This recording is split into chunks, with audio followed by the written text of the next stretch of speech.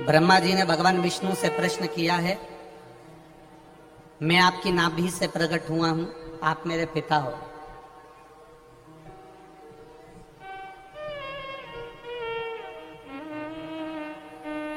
मैं आपकी नाभि से प्रकट हुआ हूं, आप मेरे पिता हो।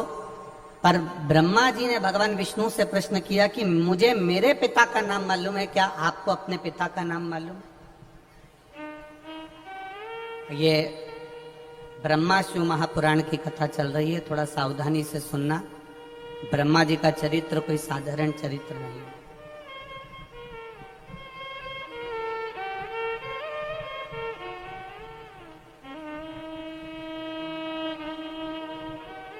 एक जरा सा आप कथा में सुनेंगे, ब्रह्मा जी का सिर कट गया था और सिर कटने के बाद ब्रह्मा जी के केवल 4 मुख रह गए और वो 4 मुख रखने के बाद ब्रह्मा जी की चित्तवृत्ति में आनंद की अनुभूति नहीं हुई।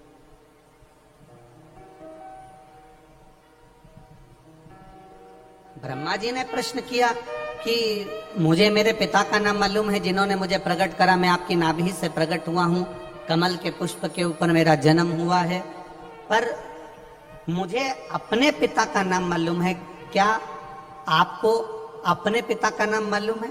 भगवान विष्णु से पूछ रहे हैं। तो भगवान नारायण के मुख से सरल भाषा में निकल गया कि मेरे पिता तो देव अधिदेव महा, कोई दूसरा मेरा पिता है ही नहीं।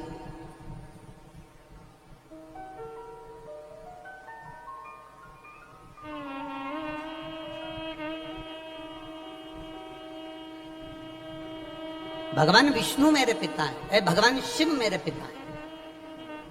अच्छा, कई लोग कहते हैं गुरुजी ये आप कह देते हो कि भगवान नारायण के पिता भगवान शंकर हैं, तो ये कथा कहाँ कहाँ मिल सकती है? तो हम उनसे कहेंगे कि शिव महापुराण का भी स्मरण कर लें, विष्णु पुराण का भी स्मरण कर लें, गर्ग संहिता का भी स्मरण कर लें, पद्म पुराण का भी स्मरण कर लें और स्कंद पुराण का भी स्मरण कर लें। अगर आप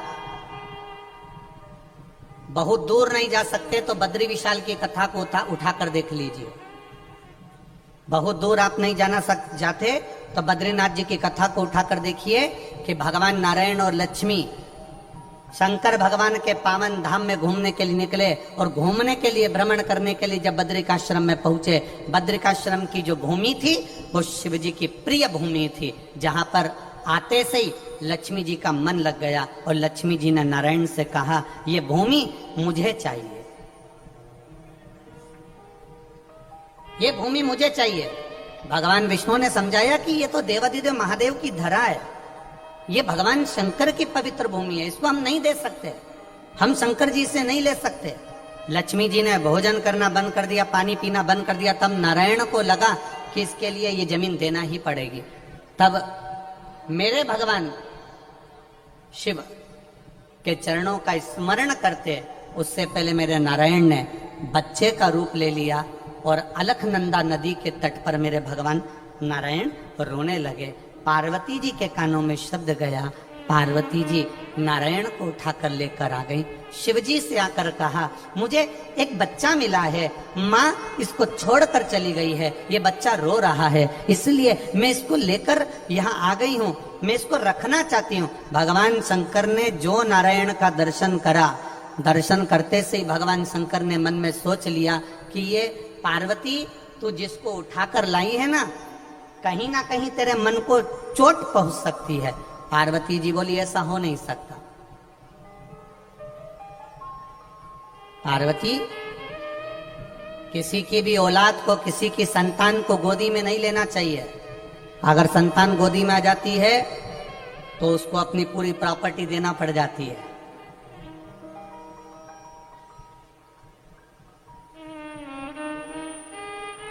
अगर संतान गोदी में आई है ना तो उसकी पूरी प्रॉपर्टी तुम्हें देना पड़ेगी।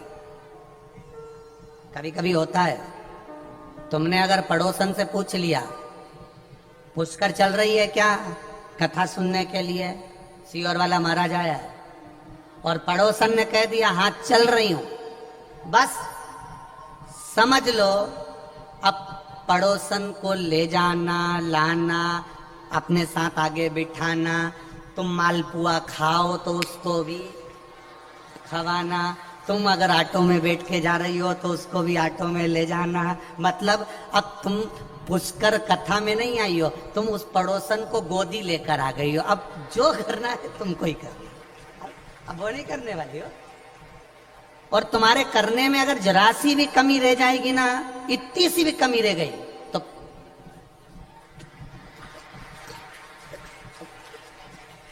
अब तुम बैठी यहां, वो बैठी वहां, और वहीं से तुमने उसको जो देखा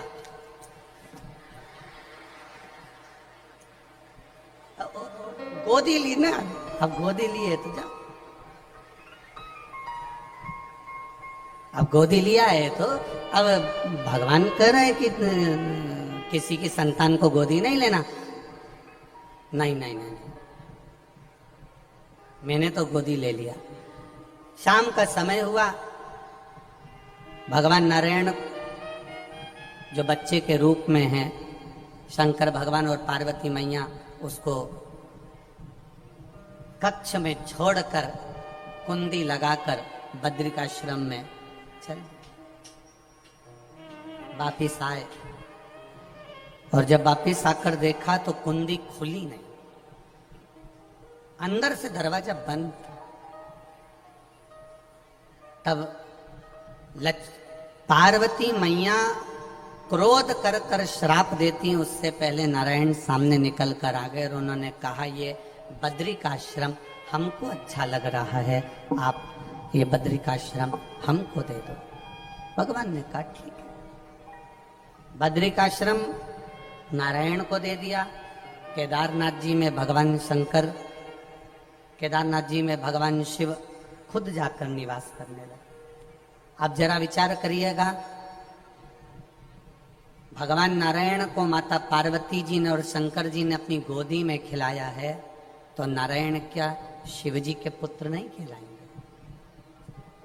ये तो एक कथा है। भगवान विष्णु की अगर शादी करी तो भगवान शंकर जी ने करी।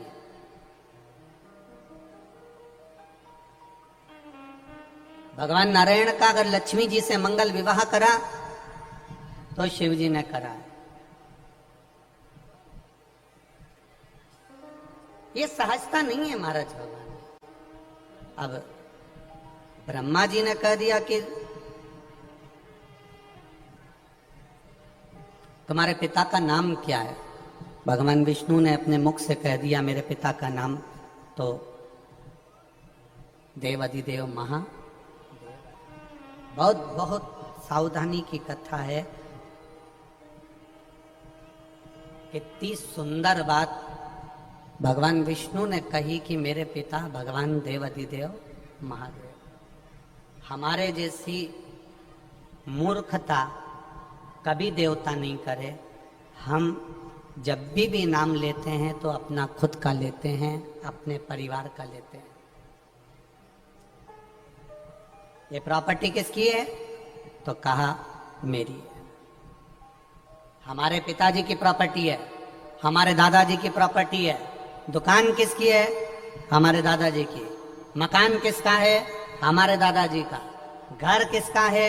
हमारे काका जी का था, दादाजी का था, दादाजी से हमको मिला, हमारे पति को मिला, ऐसे मिलते मिलते गया। बेटा किसका? हमारा। बेटी किसकी? हमारी। परिवार किसका? हमारा। ये हमारी मूर्खता।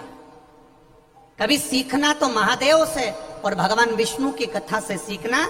ब्रह्मा जी ने भगवान नारायण से पूछा कि तुम्हारा पिता कौन है? तो भगवान नारायण ने कह दिया मेरे पिता स्वयं देवाधिदेव महादेव हैं।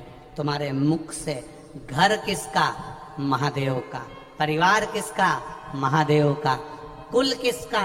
महादेव का। प्रॉपर्टी किसकी? महादेव की। और हम सब किसके हैं? देवाधिदेव महादेव।